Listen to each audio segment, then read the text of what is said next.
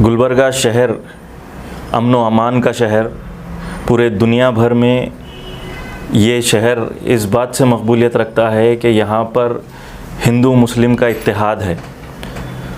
मुसलमान अपना त्यौहार मनाते हैं तो उसमें गैर मुस्लिम शामिल होते हैं, और जब गैर मुस्लिम कोई त्यौहार मनाते हैं तो उसके अंदर मुसलमान शामिल होते हैं।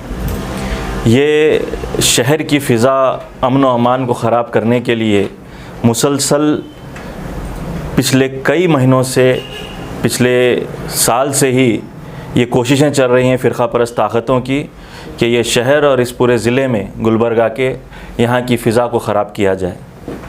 अलंद का वाक़या होता है, अलंद के वाक़े में मुसलमानों को हिरासत में लिया जाता है, फिर उसके बाद में मुसलसल मुसलमानों को हरासा करने की कोशिशें गुलबर्गा शहर में बिलखुसूस और पूरे कर्नाटक रियासत में बिलउमूम ये जारी व सारी है। और इसको करने वाली सिर्फ़ एक ही पार्टी है, बीजेपी। और बीजेपी के कारकुनान, बीजेपी के लीडर्स मुसलसल कोई ना कोई त्यौहार का बहाना लेकर कोई प्रोसेशन निकालते हैं। गणेश चतुर्थी के मौके पर प्रोसेशन निकाला जाता है, या फिर रामनवमी के मौके पर प्रोसेशन निकाला जाता है, या फिर कोई और त्यौहार होता है उसके अंदर जब प्रोसेशन निकालते हैं तो इनका मकसद सिर्फ़ एक ही होता है कि यहाँ पर नफ़रत फैलाई जाए। यही वाक़या 10 तारीख़ के दिन गणेश चतुर्थी, गणेश विसर्जन के मौके पर चंदू पाटिल, यहाँ का जो एमएलए एस्पिरेंट है बीजेपी का, जो पिछला इलेक्शन भी लड़ चुका है, और पिछले इलेक्शन में भी उसने यही कोशिश की थी कि फ़िरक़ा परस्त माहौल बनाया जाए, फ़िरक़ा वारियत को फ़रोग़ दिया जाए, फ़िरक़ा वारियत को आगे बढ़ाया जाए। यही काम इसने फिर एक बार 10 तारीख़ को किया है, और ये गुलबर्गा शहर को उसने बदनाम करने की कोशिश की है। यहाँ की जो अमन व अमान की फ़िज़ा है उसको ख़राब करने की कोशिश की है। और अफ़सोस की बात यह है कि ये चंदू पाटिल 6 तारीख़ को जाता है और पुलिस डिपार्टमेंट में धमकी देकर आता है कि हम लोग हर सूरत में प्रोसेशन निकालेंगे और डीजे बजाएंगे। डीजे बजाने की ममानियत रहने के बावजूद 10 तारीख़ के दिन डीजे बजाया जाता है और रात के 2 बजे तक ये प्रोसेशन निकलता है, जिसके अंदर पूरी भरपूर नुमाइंदगी चंदू पाटिल करता है। और इसके अंदर इश्तियाल अंगेज़ नारे, इश्तियाल अंगेज़ गाने बजाए जाते हैं। मुसलमानों को ख़ास करके टारगेट करते हुए महबस मस्जिद, जो यहाँ की एक मरकज़ी मस्जिद है, जो एक मरकज़ है, वहाँ उसके सामने डीजे बजाया जाता है और उस डीजे में इश्तियाल अंगेज़ गाने बजाए जाते हैं। मुसलमानों को धमकी दी जाती है। मुसलमानों को धमकी देने के अलावा जिस किस्म की बातें उसके अंदर, जिस किस्म का वो गाना है, अगर उसको सुने कोई शख्स तो चाहे वो गैर मुस्लिम हो या मुस्लिम हो, उसको ये समझ में आएगा कि सिवाय नफ़रत को फ़रोग़ देने के इसके अंदर कोई और चीज़ नहीं है।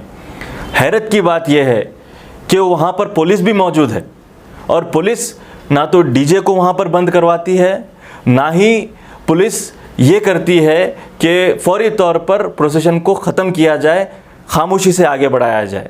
ये बात नहीं होती है, बल्कि पूरा इंटरनेशनल ये माहौल बनने के बाद में सिर्फ मुल्क में नहीं बल्कि गैर मुल्की जब जो चैनल्स हैं उनके अंदर ये मामला जब सामने आ जाता है, उसके बाद में पूरा हंगामा होने के बाद में एफ़आईआर दर्ज होती है। और एफ़आईआर इस किस्म से दर्ज हुई है कि उसके अंदर ये धमकी देने वाला आदमी जो चंदू पाटिल है, बीजेपी का एमएलए एस्पिरेंट है, उसके ख़िलाफ़ में एफ़आईआर नहीं दर्ज होती है।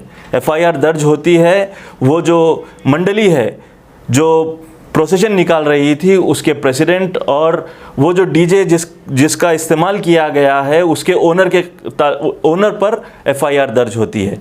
होना क्या चाहिए था कि चंदू पाटिल पर फ़ौरी तौर पर एफ़आईआर दर्ज हो, बल्कि अभी भी मैं जनता दल सेकुलर की जानिब से और रहमतुल्लिल आलमीन सीरत कमेटी के ज़िम्मेदार होने की हैसियत से मैं इस मीडिया चैनल के ज़रिए पुलिस डिपार्टमेंट को ये बात बताना चाहता हूँ कि आप लोग फ़ौरी तौर पर चंदू पाटिल के ख़िलाफ़ में भी एफ़आईआर दर्ज करें। हम गणेश चतुर्थी के ख़िलाफ़ नहीं हैं, हम गणेश विसर्जन के ख़िलाफ़ नहीं हैं।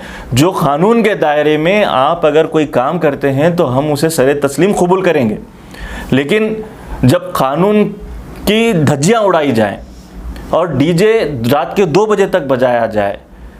इससे पहले हम ये सुन चुके हैं और बड़ी तारीफ़ भी हुई है, गणेश विसर्जन के मौके पर महाराष्ट्र में और तेलंगाना हैदराबाद में डीजे बजता भी है तो जो है मस्जिदों का एहतराम किया जाता है, दरगाहों का एहतराम किया जाता है।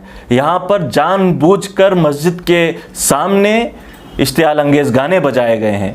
हम ये चाहते हैं कि इसके ख़िलाफ़ में सख्त से सख्त कार्रवाई हो और सबसे पहले A1 अक्यूज़ तो चंदू पाटिल को होना चाहिए था, जो कि इस प्रोसेशन को लीड कर रहा था।